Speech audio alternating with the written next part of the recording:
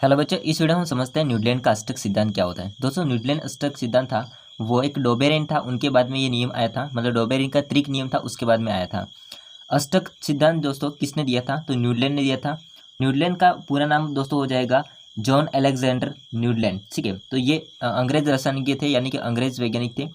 उन्होंने सन 1865 में अष्टक नियम को विकसित किया या दिया।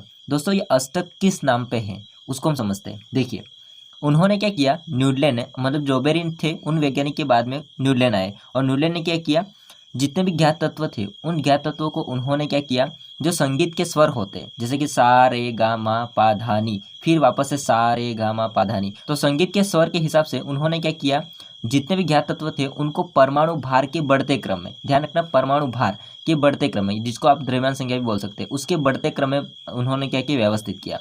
फिर उन्होंने पाया दोस्तों कि जो पहला तत्व है इसका गुण ठीक नीचे तत्व जो कि आठवां तत्व होगा उसके बराबर होंगे। फिर अगर किसी हम तत्व को एक माने तो इसके लिए उसके नीचे आने वाला तत्व आठवां तत्व ही होगा। मतलब कि पहले तत्व और आठवें तत्व के जो गुण धर्म होंगे वो समान माने, किन्होंने, न्यूटन ने।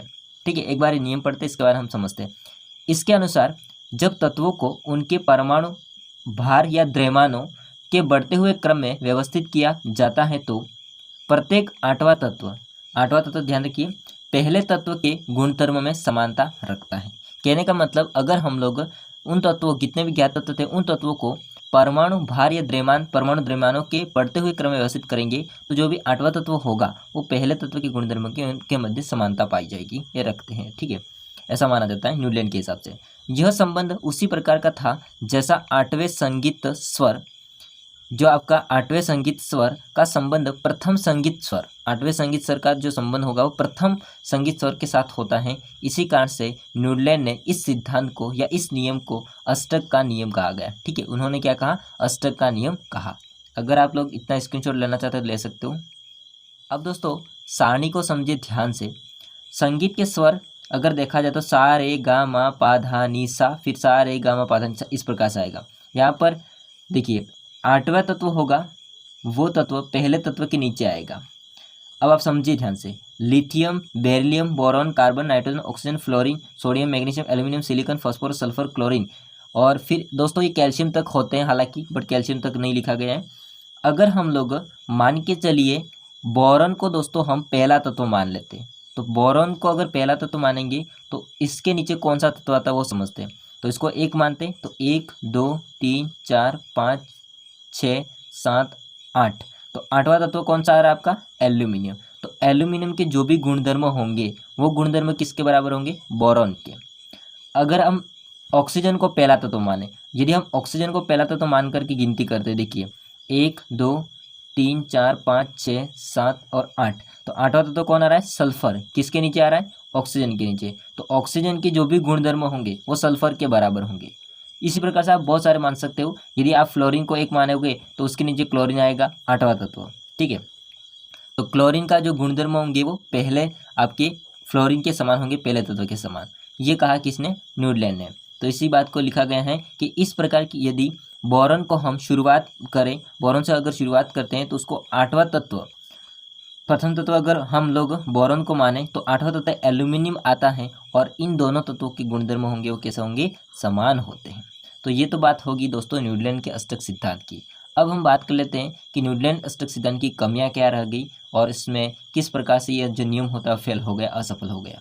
देखिए, लिमिटेशन, कमियां बोल सकते हैं या सीमाएं बोल सकते हैं। दोस्तों, अगर हम कमियों के बारे में बात करें तो यह नियम केवल कैल्शियम तक, अभी मैंने आपको बोला था केवल कैल्शियम तक ही सफल रहा। उसके बाद में जो भी तत्व होंगे वो पहले तत्व आठवें तत्व के गुण के बराबर नहीं होंगे। ठीक है, अज्ञात तत्वों के लिए इस वर्गीकरण में कोई स्थान सुरक्षित नहीं रखा गया। अज्ञात तत्व जितने भी अज्ञात थे, ज्ञात नहीं किए गए थे, उन तत्वों के लिए इसमें कोई भी सारणी में कोई स्थान नहीं था, मतलब हम कह सकते हैं वर्गीकरण में कोई स्थान सुरक्षित नहीं रखा गया था।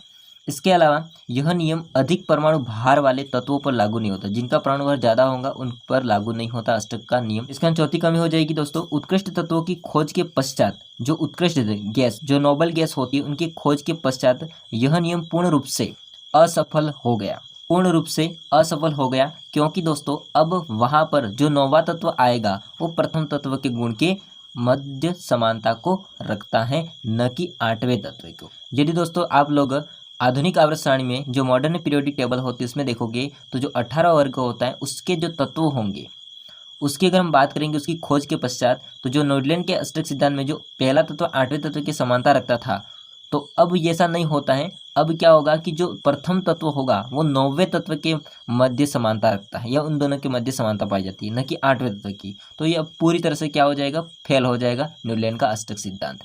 इसी प्रकार से दोस्तों न्यूटन का अष्टक सिद्धांत होता है वो फेल हो जाता है। और ये वीडियो आपको कैसा लगा कमेंट करके बताइएगा। वीडियो अच्छा लगा हो तो लाइक कीजिए, चैनल को सब्सक्राइब नहीं किया तो कर देना। मिलते हैं नेक्स्ट वीडियो में, तब तक के लिए जय हिंद, वंदे मातरम।